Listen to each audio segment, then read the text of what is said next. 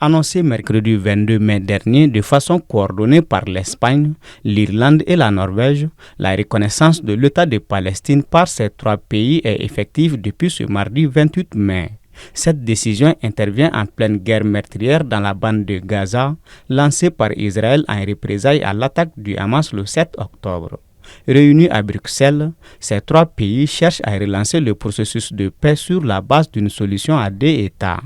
Los tres países compartimos la visión de que ha llegado el momento de hacer efectiva la solución de dos estados en la que creemos, al igual que el resto de la comunidad internacional, como la mejor vía para lograr aquello que todos anhelamos, la paz definitiva en Oriente Medio. Alors que l'Union européenne reste très divisée sur le sujet, ces rares pays à avoir reconnu un État palestinien l'avaient fait avant leur adhésion à l'Union. La Slovénie pourrait prochainement y rejoindre la liste puisque son gouvernement veut faire adopter au Parlement un décret en ce sens d'ici le 13 juin.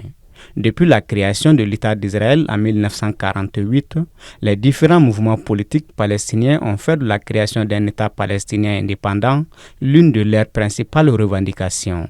En 1988, la proclamation unilatérale de l'indépendance de la Palestine par l'Organisation de libération de la Palestine OLP mène 82 États à reconnaître officiellement ces nouveaux pays.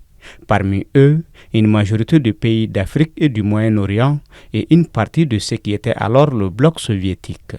De nombreux autres pays ont suivi progressivement le mouvement, notamment en Amérique du Sud au début des années 2010, parmi lesquels le Brésil, l'Argentine, le Pérou et l'Uruguay.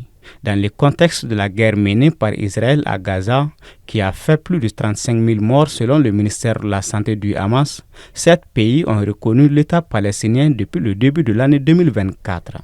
L'autorité palestinienne se prévaut maintenant de la reconnaissance de la Palestine comme État indépendant par 146 pays, soit près de 75% des 193 États membres de l'ONU. Mais pour le moment, aucun pays occidental du G20 n'a franchi le pas.